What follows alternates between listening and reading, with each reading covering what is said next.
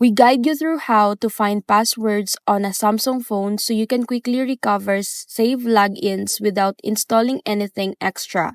Start by opening Settings, scroll down and tap General Management, then select Passwords and Autofill.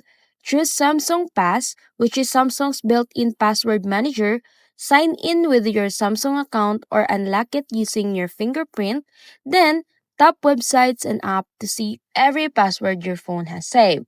From here, select any app or website to reveal the username and password.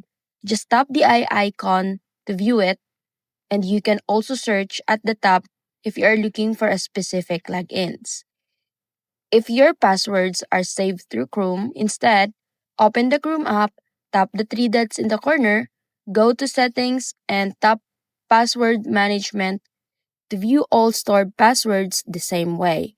Whether it's Samsung Pass or Chrome, your phone keeps every login organized, so with just a few taps, you can find, copy, or manage any passwords you've saved.